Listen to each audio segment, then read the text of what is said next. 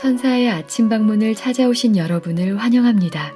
오늘도 아침 예배 말씀으로 믿음과 위로의 시간을 갖게 되길 바랍니다. 성도 여러분 안녕하십니까? 행복한 설 연휴 보내시길 바랍니다. 오늘도 아침 예배 말씀으로 성령 충만한 하루가 되시길 간절히 바랍니다. 오늘도 저번 말씀에 이어서 2부의 말씀이죠. 사도 요한의 노년에 대해서 살펴보려고 합니다.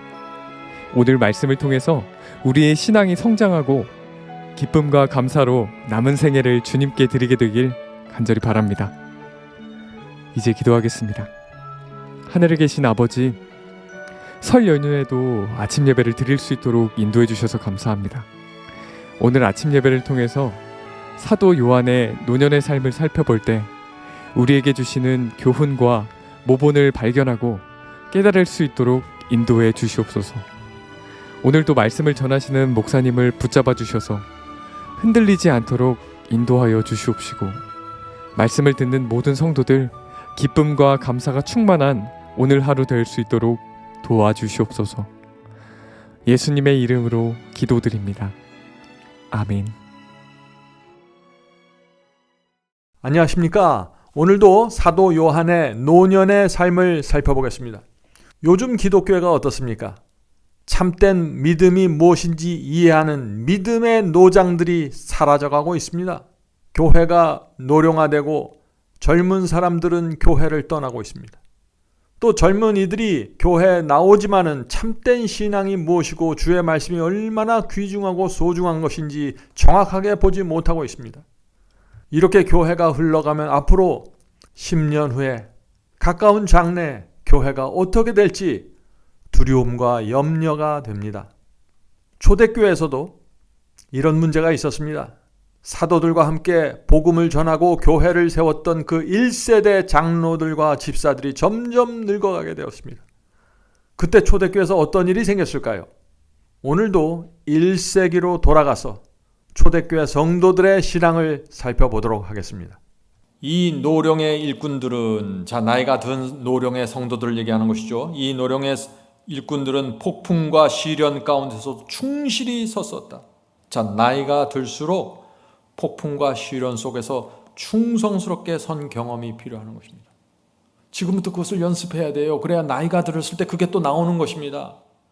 마음대로 살다가 나이 80, 90 됐을 때 갑자기 사도 요한의 신앙으로 들어갈 수가 없어요. 그렇게 되는 게 아니에요. 지금부터 한 살이라도 젊었을 때 이 신앙으로 가서 계속해서 훈련받고 믿음으로 전진하는 것 필요하다는 것입니다. 허약할는지는 모르나 여전히 하나님의 사업에서 그들이 설 수 있는 재능을 소유하고 있었다. 그들이 실수들을 했을지도 모르나 그러나 그들의 실패에서 그들은 오류들과 위험을 피해야 할 것을 배웠다. 이 나이들은 일꾼들은요, 경험이 많은 사람들이에요. 나이가 많아요. 육신은 약해졌습니다. 그러나 오랜 생애를 살면서 많은 경험을 했던 사람들이라는 것이죠. 모진 풍파를 헤치고 거짓 복음이 들어올 때 어떻게 거절해야 되고 거짓 영들이 들어올 때 어떻게 분별해야 되는지 이들은 경험을 통해서 배운 사람들이라는 것입니다. 계속해서 이제 나이 든 성도들이 어떻게 해야 될지 그 말씀을 보겠습니다. 사업이 어려울 때 그들이 주님을 섬긴 사람, 선교 사업이 어렵고 복음 전파 사업이 힘들어졌을 때 여전히 주님을 섬겼던 그런 사람들, 또 진리를 위하여 서는 사람들이 거의 없을 때 빈곤을 견디고 충실히 선 사람들은 영광과 존경을 받아야 한다. 교회 안에서 이렇게 힘든 상황이 있을 때, 또 개인의 삶 속에서 힘든 상황이 있을 때 하나님께 마음과 몸을 바치고 진리를 굳게 지키면서 살아온 이런 사람들이 나이가 들으면 어떻게 돼요? 영광과 존경을 받을 자격이 있다는 것이에요. 그런 노인들은. 주께서는 젊은 교육자들이 이 충성스러운 나이 든 사람들과 교제함으로 지혜와 능력과 성숙을 얻길 바라신다. 하나님께서는요, 그렇게 충성스럽게 살다가 나이 든 사람들과 이 젊은 사람들이 서로 교제하기를 원하신다는 것이에요. 왜요? 그 노하우를 전수받기를 원하는 것이에요. 노하우가 전수되기를 원하는 것입니다. 젊은 사람들은 그들 중에 이와 같은 교역자들이 있는 것이 그들에게 크게 유익하다는 사실을 깨달아야 한다. 성도 여러분, 우리 지금부터라도 충성스럽게 사십시다. 우리가 점점 나이가 들어갈 때 우리가 정말 하나님께서 우리를 사용하실 수 있는 그런 종들이 되기를 바랍니다. 그리스도를 섬기는 일에 생애를 바친 늙은 종들은 죽음이 가까이 올 때 저희가 하나님의 사업에 관계하였던 경험들을 성령의 감동을 받아 회상할 것이다. 놀라운 말씀이죠. 주님을 섬기는 일에 생애를 바친 늙은 종들이 나이가 들어서 언젠간 죽을 거 아니에요. 그럴 때 이 사람들의 마음속에 어떤 경험이 생긴다고요?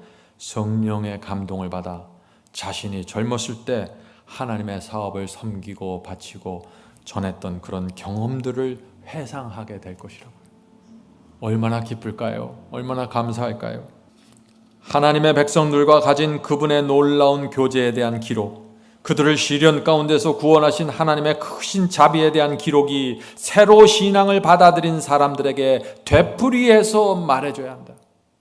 이 사도 요한이 또 초대교회에 있었던 늙은 종들이, 충성스러운 종들이 이 새로 신앙을 받은 사람들에게 자신이 경험하고 자신이 알고 있는 그 진리에 대한 지식을 계속해서 되풀이해서 말해주고 넘겨주어야 한다고요. 저도 이렇게 살고 싶습니다.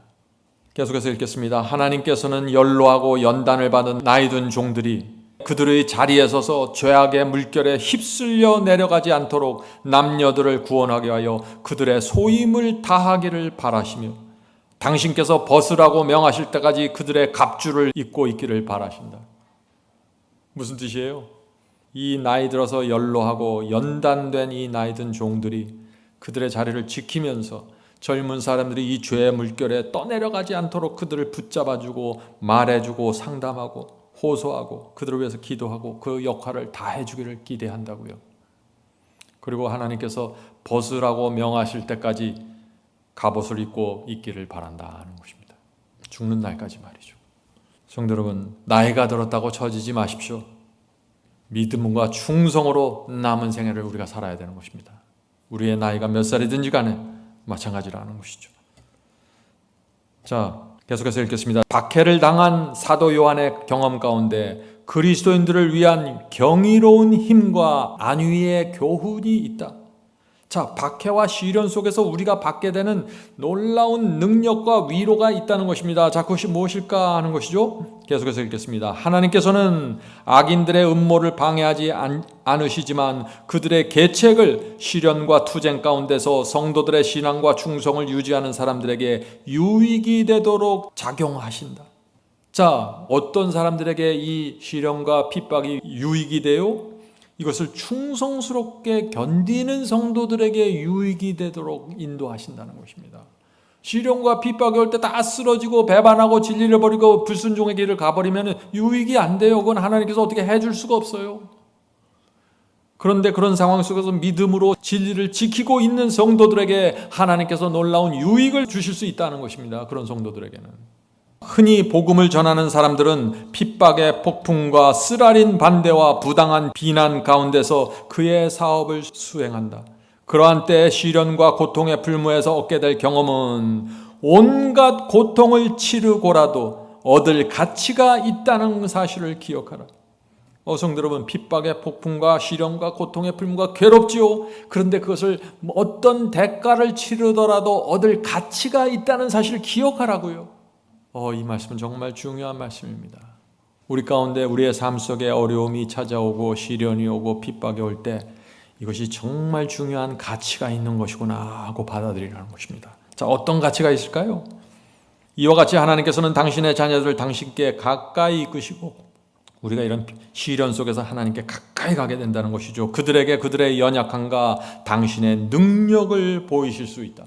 하나님께서 우리에게 주실 수 있는 그것이 뭐예요? 유익이? 하나님의 능력을 보여주고 너희는 이렇게 연약한 사람이야, 이걸 보여주신다는 거예요.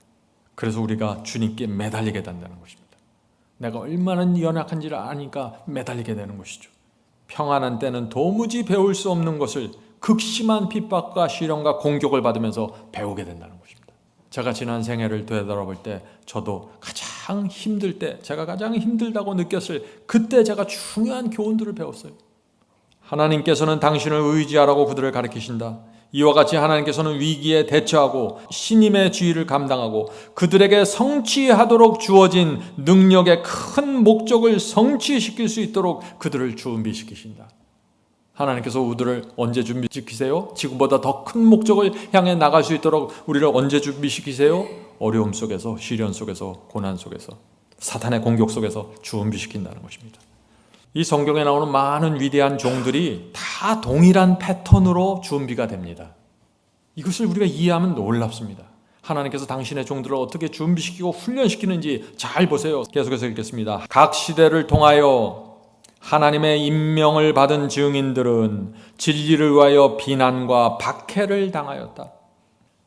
하나님의 증인으로 부르심을 받은 사람들은 어떻게 돼요? 이 진리를 세우기 위해서 비난과 박해를 받는다는 것이에요. 열애가 없습니다. 이게 모든 하나님의 증인으로 부르심을 받는 사람들의 모든 공통된 운명이에요. 진리를 확고하게 붙잡으려고 하면은 누구든지 비난과 박해를 피할 수 없어요. 왜요? 사탄이 내버려 두질 않아요. 하나님을 위한 증인이 되기 위해서 살려고 하는데 사탄이 내버려 둬요, 그런 사람들을? 그럴 수 없다는 것이죠. 자, 그러면서 예를 듭니다. 요셉은 그의 덕행과 성실을 유지한 까닭에 회방과 핍박을 받았다. 여러분들 요셉의 생애를 아시죠? 그가 17세까지 아버지의 사랑을 받으면서 호강하면서 참 귀여움을 받으면서 자랐습니다. 그런데 이를 시기한 형들에 의해서 장사꾼에 넘겨지게 되죠. 애굽으로 팔려간 이 요셉이 어떻게 됩니까? 보디발 장군의 아내의 유혹에 그걸 거절하고 충성을 표시하니까 또 감옥 속에 들어가게 됩니다. 그래서 요셉이 10년 동안 종노릇하고 3년 동안 죄수로 살게 되는 것입니다. 고난의 연속이었어요. 13년의 기간은 요셉의 생애 가운데 정말 지옥 같은 생애였어요. 하나님께서 나를 버렸구나 하고 느낄 수밖에 없는 그 긴 세월 동안 하나님의 기적이 나타나질 않았어요. 성도 여러분, 그런데 이 요셉은 좌절하지 않았습니다. 하나님의 뜻이 있겠지, 하나님의 목적이 있겠지 하고 믿음으로 계속 침묵하면서 전진하는 것입니다. 요셉은 그 사탄의 공격을 통하여 13년 동안에 그 이루어진 사탄의 공격을 통해서 위대한 하나님의 종으로 세워졌다는 것입니다. 성도 여러분, 여러분이 고난이 지금 몇 년째입니까? 여러분의 시련이 지금 몇 년 동안 지속되고 있습니까? 불평하지 말고 믿음으로 내가 믿고 있는 것이 진리가 틀림없고 내가 믿는 것이 하늘의 하나님이 틀림없으면 믿음으로 붙잡고 그대로 가라는 얘기예요. 그것이 3년이든 10년이든 13년이든 중요한 게 아니라는 것입니다. 계속해서 읽어보죠. 자, 이제 요셉의 경우가 끝나고 이제 다윗의 경우로 듭니다. 하나님의 택하신 사자 다윗은 사울과 원수들에게 맹수처럼 쫓김을 당하였고, 맹수처럼 몇 년 쫓겼을까요? 다윗이 약 10년 동안 다윗이 쫓겨다녔습니다. 한 1년 동안은 참겠는데 3년 동안은 군대 생활이라고 하고 포기하고 살겠는데 10년 동안 쫓겨다니는 것이에요. 끝이 보이지 않는 쫓기입니다. 이 쫓겨다니는 다윗이 쫓겨다닐 때는 사울이 죽기 전에는 자기의 이 피신자 생활은 끝나지 않는 거예요. 그런데 이 다윗이 신앙이 확고하게 세워진 때는 언제라고요? 그 쫓겨다니던 10년 동안에 세워졌다는 것입니다. 성도 여러분, 하나님께서 우리를 연단하시는 과정과 방법을 잘 이해하셔야 돼요. 그래야 우리 입에 불평이 없고 원망이 없고 흔들리지 않게 되는 것입니다. 자, 다니엘을 보죠. 다니엘은 그가 하늘에 충성을 다한 까닭에 사자굴에 던짐을 당하였으며, 다니엘의 생애는 또 어떻습니까? 10대 어린 나이에 바벨론에 끌려갔어요. 수많은 친족들이 살해당했어요. 부모 형제와 고향을 떠나서 바벨론 땅으로 끌려갔습니다. 바벨론 땅에서 몇 년을 살았어요? 70년을 보내는 것입니다. 희망이 없는 세월이에요. 70년을 보내서 자기가 총리가 되고 높은 자리에 올라가면 뭐래요? 자기 신앙을 마음대로 할 수 없는데 70년을 보냈고 그렇게 그리워하던 예루살렘으로도 돌아가지 못했습니다. 그런 삶이 다니엘을 견고하고 고결한 그리스도인으로 만들었다는 것입니다. 성도 여러분, 우리에게 시련이 필요합니까? 참 괴롭지만 어쩔 수 없어요. 하나님께서 참 어려운 마음으로 우리에게 허락하시는 것입니다. 그러나 이 시련 속에서 우리가 유익을 얻어야 될 거 아니에요. 유익을. 이렇게 무너질 수는 없는 거예요. 유익을 얻어야죠. 자, 계속해서 보죠. 욥은 이 세상 소유를 다 빼앗기고 육체에 매우 큰 고통을 받아 그의 친척들과 친구들이 몹시 싫어하였으나 성실을 유지하였다. 욥의 생애 아시죠? 욥은 그 고통을 통해서, 그 시련을 통해서 놀라운 신앙으로 또 올라갑니다. 예레미야를 보죠. 예레미야는 하나님께서 그에게 말하도록 주신 말씀을 전하는 것을 단념할 수 없었으며 눈물을 흘리면서 그는 하나님의 말씀을 증언했다. 성도 여러분, 우리가 이것을 이해해야 됩니다. 하나님께서 어떤 선지자들을 불러쓰고 그 선지자들에게 너희는 가서 이 말씀을 전할 때 그것은 눈물을 흘리면서 매맞으면서 항상 전해야 될 기별들이었어요.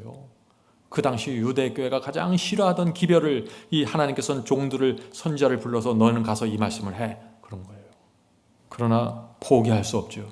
눈물을 흘리면서 얻어맞으면서 감옥소에 들어가면서 목이 자리면서 하나님의 말씀을 증언했다는 것입니다. 그의 증언은 왕과 귀족들을 매우 경노하게 하였으므로 그는 무시무시한 굴에 던짐을 받았다. 이것이 예레미야의 인생이었습니다. 그러나 이런 삶을 통해서 그는 견고하게 세워졌다는 것입니다. 스데반은 그리스도와 그의 지신 십자가를 전파한 까닭에 돌로 침을 당하였고, 바울은 이방인들에게 하나님을 위한 충실한 사자였기 때문에 옥에 갇히고 몽댕이에 맞고 돌로 침을 당하고 마침내 죽임을 당하였다. 그리고 요한은 하나님의 말씀과 예수의 증거를 인하여 반모섬에 유배당하였다. 요한도 이 반모섬에서 높이 세워지고 하나님과 가장 가까이 가는 관계 속으로 들어갔다 하는 것입니다. 성도 여러분, 이 말씀이 얼마나 우리에게 큰 진리의 빛을 보여주고 감동을 줍니까? 우리의 인생이 굉장히 어려워졌을 때 그때 하나님의 영광이 나타나게 된다는 것입니다. 이 말씀을 보면요, 이 하나님의 종들의 거의 대부분의 시간이 뭐예요? 뭐 행복하게 잘 산 거예요? 아들, 딸 낳으면서? 그게 아니에요. 거의 대부분의 시간이 시련을 받고 경격을 받고 외로움 속에서 싸우면서 살았던 사람들이에요. 하나님의 진리를 붙잡고 있는데 사탄이 내버려 둘 수가 없는 것이죠. 이것이 하나님과 사탄이 벌어지는 실제 현장에서 일어나는 일들입니다. 성도 여러분, 우리가 마음을 다잡고 신앙해야 된다는 것입니다. 신앙은 단지 교리를 깨닫고 어떤 성경절을 해석하는 선에서 끝나는 것이 아니라는 것입니다. 각 시대를 통하여 사탄은 하나님의 백성을 핍박하였다. 사탄은 그들을 고문하고 사형에 처하였으나 그들은 죽음으로 승리자가 되었다. 그들은 사단보다 더 강하신 분의 능력의 증거였다. 악인들이 육체는 고문하고 죽일지 모르나 하나님 안에 그리스도와 함께 감추인 생명은 건드릴 수 없다. 그들은 남녀들을 감옥에 감금할 수 있으나 그들의 정신은 결박할 수 없다. 시련과 박해를 통해서 하나님의 영광, 품성이 이 택하신 자들에게 나타난다. 그리스도를 믿는 사람들이 이 세상에서 증오와 박해를 받는 것은 그리스도 학교에서 교훈과 훈련을 받는 것이다. 이걸 어떻게 더 구체적으로 설명할 수 있을까요? 그리스도를 믿는 사람들이 이 세상에서 증오를 당하고 반대를 받고 박해를 받는 것은 그리스도 학교에서 지금 들어가서 교훈을 받고 훈련을 받는 과정이라고요. 세상에서 그들은 좁은 길을 보고 고통의 풀무에서 순결해진다. 라오디게아 교회 불로 연단한 금을 사라 그랬죠? 지금 이 과정을 통과하면서 불로 연단한 금을 사는 것입니다.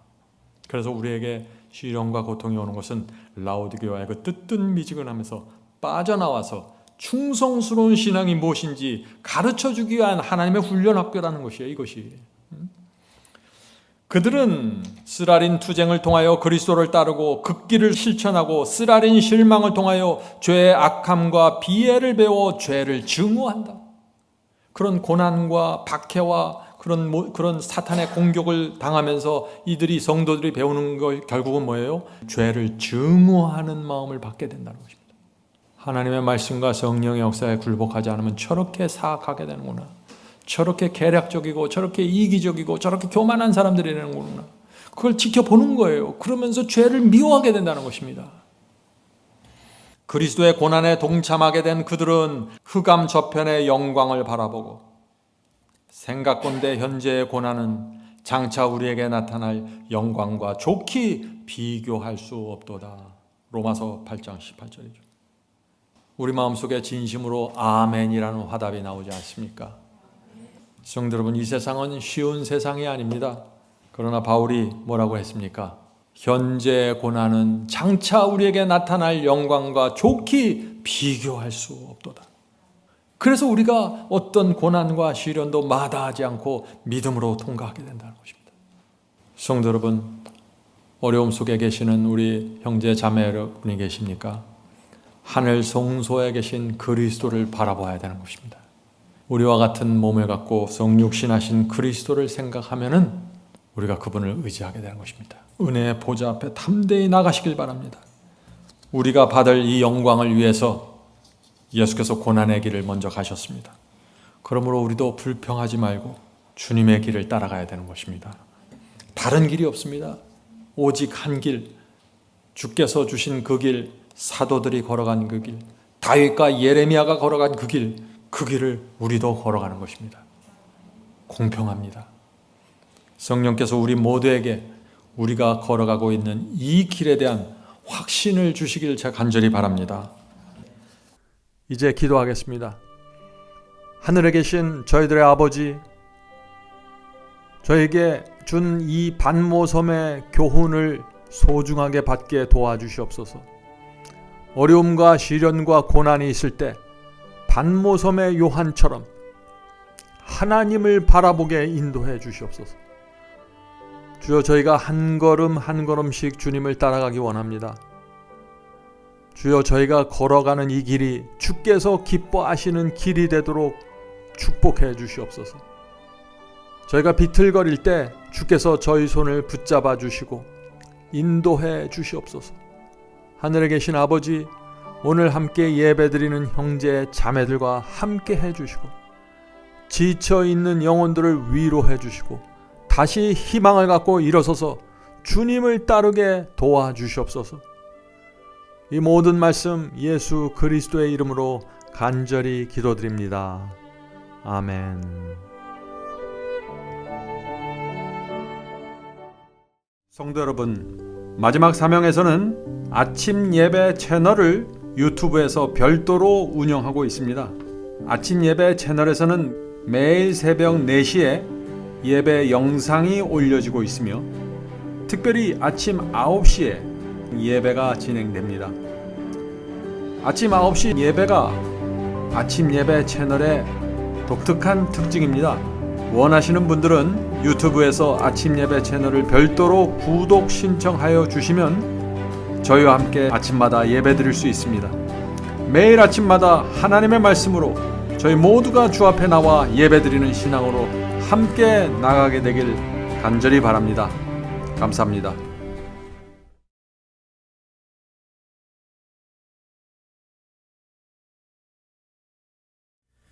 죄짐 맡은 우리 구주 어찌 좋은 친구인지 걱정 근심 모든 것을 고한 자는 복 받네. 주께 굳지 않는 거로 복을 받지 못하네.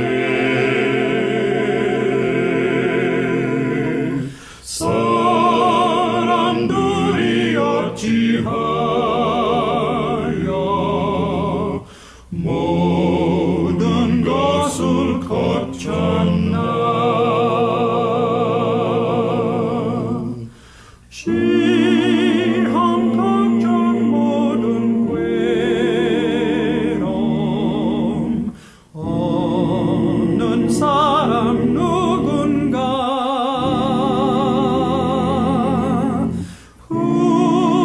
후질없이 낙심 말고